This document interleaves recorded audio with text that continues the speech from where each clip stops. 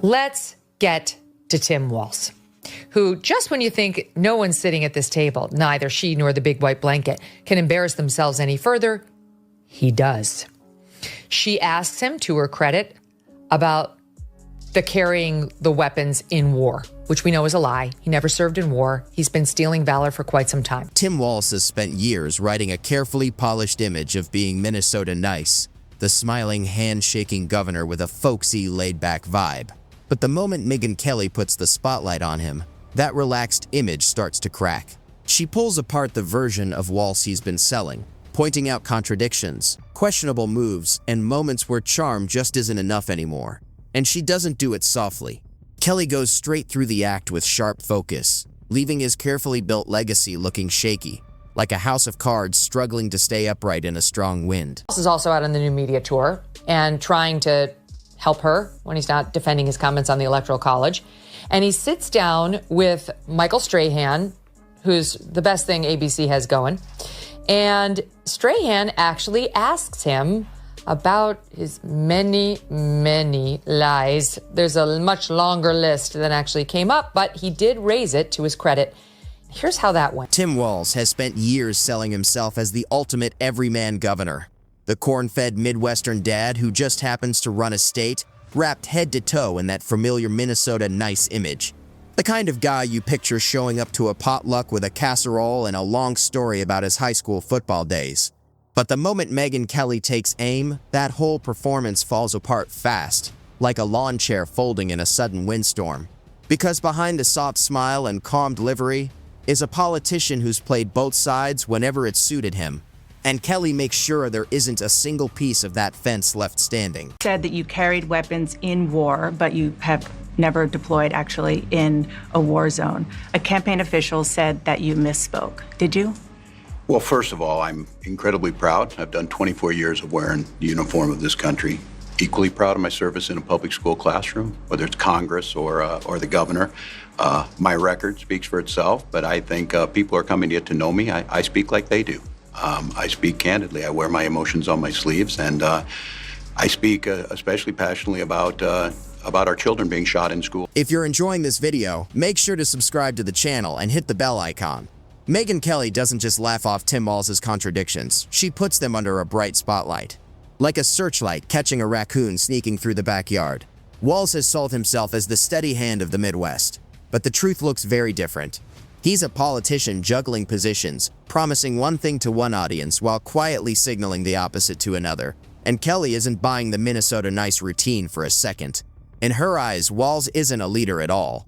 He's more like beige wallpaper, dull, predictable, and easy to ignore, until you realize just how badly he clashes with everything around him. Statements that just aren't true. And the comment about weapons of war that I carried in war, which you didn't. You said that you were in Hong Kong during the Tiananmen Square massacre when you weren't. You kind of chalked it all up to bad grammar or getting the dates wrong. Yeah. But your opponents say you lied to make yourself look better. Do they have a point? Well, look, 35 years ago, got the opportunity to be in Hong Kong, be in China, learned a lot about it, served 24 years in the National Guard, passionately, in an instance, talking about gun violence in schools. The problem with Tim Walz's style of leadership is that it works best when he acts like problems don't exist until they're impossible to ignore. When crime goes up, he shrugs it off and offers a vague line about community values.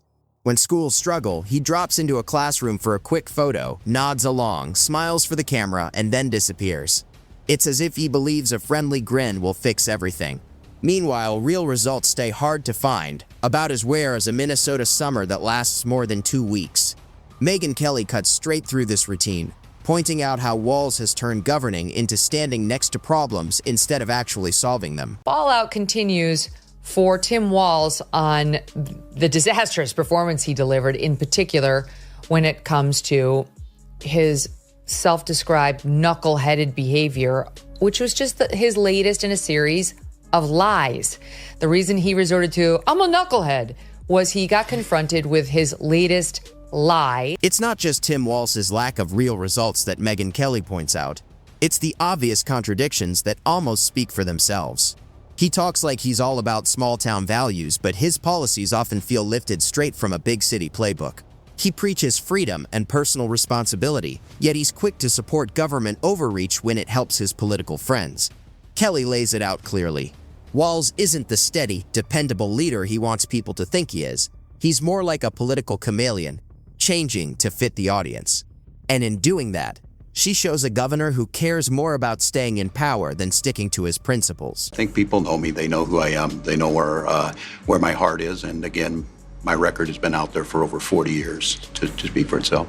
And the idea that you said that you were in war, did you misspeak as the campaign has said? Yeah, I said we were talking about, in this case, this was after a school shooting, the ideas of carrying these weapons of war. And my wife, the English teacher, told me my grammar is not always correct. But again, if it's not this, it's an attack on my children for showing love for me, or it's an attack on my dog. This took chutzpah. Let's go through it. You said you carried weapons in war, but you've never deployed in a war zone. A campaign official of yours said you misspoke. Did you? Well, I'm proud, incredibly proud of my record. What really makes Megyn Kelly's takedown hit hard is when she gets into Tim Walz's crisis management, and the cracks in his leadership just can't be hidden. During the pandemic, he cast himself as the protector of public safety, handing out mandates like candy on Halloween. But his mixed messages left people more confused than reassured, showing that calm doesn't always equal effective. Off camera, his leadership looked as messy as a garage sale in the rain. Rules changed daily, priorities flipped overnight, and excuses piled up like a student explaining why they forgot their homework. Instead of guidance, people got chaos with a friendly smile. And Kelly doesn't hold back in calling it out. It's been unearthed. There's a long list of them. This one was that he was in China when the Tiananmen Square disaster unfolded, when hundreds of people were killed. You know, whether you were in a place where hundreds of people are being massacred by their government when it happens. But he continues to try to say, like, oh, gee, I was just kind of confused. You know, that happened in May and I was there in August, but I guess I just imagined that I was there, whatever. So he got asked about that debate moment where he completely melted down. Tim Walz's contradictions on policing and public safety just keep stacking up, and Megyn Kelly doesn't let a single one slide. He talks tough about supporting law enforcement when the cameras are rolling, but the moment progressive activists push back, he folds like a paper plate at a barbecue, leaving chaos to simmer under his so-called watch. Kelly calls him out for dodging responsibility during social unrest, showing how his passive approach didn't stop riots and how his empathy never really restored order. She even compares his governing style to Minnesota winters, long, drawn out, and full of promises that spring is just around the corner, but it never arrives when it's needed most. Even his stories about growing up in Nebraska or teaching high school feel more like political cosplay than real authenticity, proving his everyman act is just another costume. Well, they're comparing this moment by Tim Walz to that because he looked so inept and like a faker. Like he didn't belong there and he was trying to convince us of something that wasn't real as he decided to go pheasant hunting. And Charlie, you're a gun guy. You tell me whether this looked authentic to you. Here he is. That's my theory. And it never fits quite right. Never fits quite right. Just not quite right. How do you give it back? Governor, what kind of gun is it? This is a Beretta A400. Megyn Kelly tears into the idea that Tim Walz is still one of us, pointing out he's been stuck inside the political bubble so long that the only small town he knows is the one his consultants invent for speeches. She takes apart his economic record with the same sharpness, showing that his so-called fiscal leadership has meant high taxes, bloated budgets, and services that barely deliver, basically a recipe for taxpayer frustration. It's like buying every fancy kitchen gadget, only to realize you still can't cook a decent meal. Kelly also laughs at his national ambitions, calling them pure delusion, like a man who can't even run a lemonade stand suddenly declaring he's ready to take over Starbucks. To her, Walz mistakes photo ops for leadership and applause for real results, leaving no doubt about how fragile his image really is. Equally proud of my service in the classroom. Did I mention I was a teacher and a coach, an assistant coach? Okay, whatever. But he's more stolen valor. In the classroom, I'm in the classroom. My record speaks for itself. It doesn't, actually. You've put a lot of lies into that record that you've been called out on by service personnel. You must clarify, as your campaign had tried to do. And now you appear to be distancing yourself from that clarification. And then here's two pieces of this that are really I speak like they do. People are coming to get to know me. I speak like they do. I speak candidly. I wear my emotions on my sleeves, and I speak especially passionately about, and then he goes on to blame it on the school shootings. I guess he was upset about school shootings, so he lied. But stop saying you speak. Megyn Kelly goes even further, tearing apart the idea that Tim Walz is some kind of unifier, flipping the story his supporters cling to upside down. The only unity he seems to inspire is when people across the political spectrum roll their eyes at his speeches.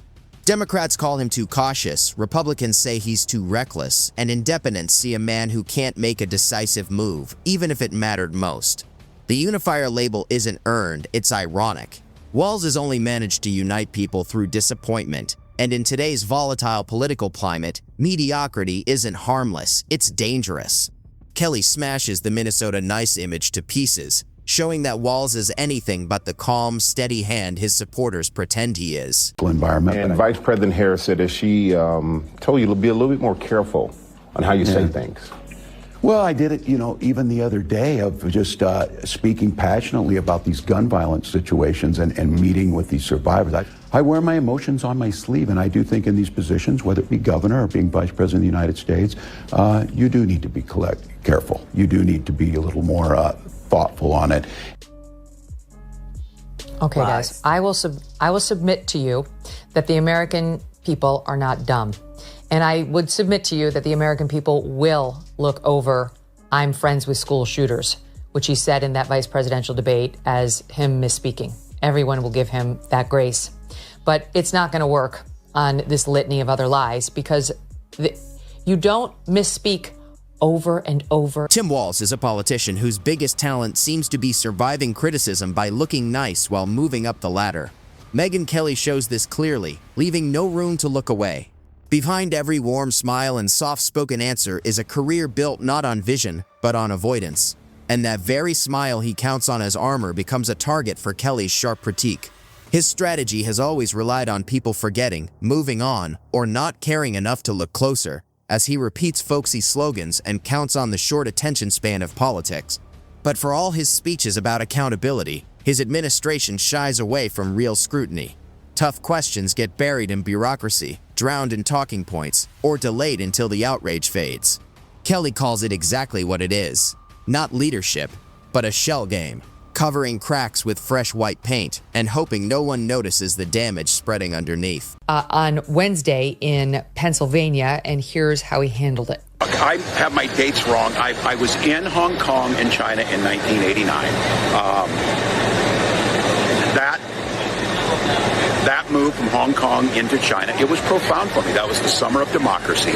I said it's where I understood how sacred democracy was. It's what encouraged me, about 15 back and forth with my students, taking them to China. I speak like everybody else speaks. I need to be clearer, I will tell you that, but here's my whole point on that thing with China. I do understand China a hell of a lot better than Donald Trump. Kamala Harris understands. The cracks in Tim Walz's leadership get even bigger when you look at education, where he's painted himself as the champion of Minnesota's future. But test scores in reading and math have dropped. Classrooms are struggling. Parents are frustrated. Teachers are exhausted. And Walz's solution? Just throw more money at a broken system without demanding real results or accountability. Megyn Kelly highlights the hypocrisy of promising opportunity for every child while delivering nothing but the status quo, showing that equity without outcomes is just expensive window dressing. And when it comes to the economy, supposedly his strong point, Walz talks about creating opportunity, but many Minnesotans feel stuck, barely keeping up while taxes pile up. Kelly cuts through the contradiction like a knife, showing a governor who confuses appearances with real results, leaving his state spinning in circles. On an instance there, proud of the service that I've done, proud to be a teacher in that classroom, proud to have been very public all these years and owning it when I, said, look, I was there in August of '89. And I think the policies, whether it be dealing with China and understanding China's human rights record, what you can be certain there is that Kamala Harris and I aren't going to, pick dictators on speed dial. Well, but it's one of the things with trust. So there are going to be some people who say, we can't trust him even tell the truth about himself. Yeah. what do you say to them? Well, I said they know who I am. I know who I am. I know the work that I've done. I know that things get spun in a political environment. The hardest hits come when Megyn Kelly points out Tim Walz's habit of following instead of leading, showing how he waits to see which way the wind blows before pretending it's courage. During the George Floyd protests, Walz stumbled for weeks, stuck between activists demanding big change and citizens worried about safety. In the end, he disappointed both. Too soft for some, too harsh for others. Kelly calls it what it really is, indecision dressed up as balance. She reminds viewers how schools stayed closed longer than they needed to. Businesses struggled under drawn-out restrictions, and mental health suffered while Walz clung to caution until political pressure finally forced him to act. In her view, his governorship isn't about vision, it's about fear, leaving everyday families to deal with the fallout of his hesitation.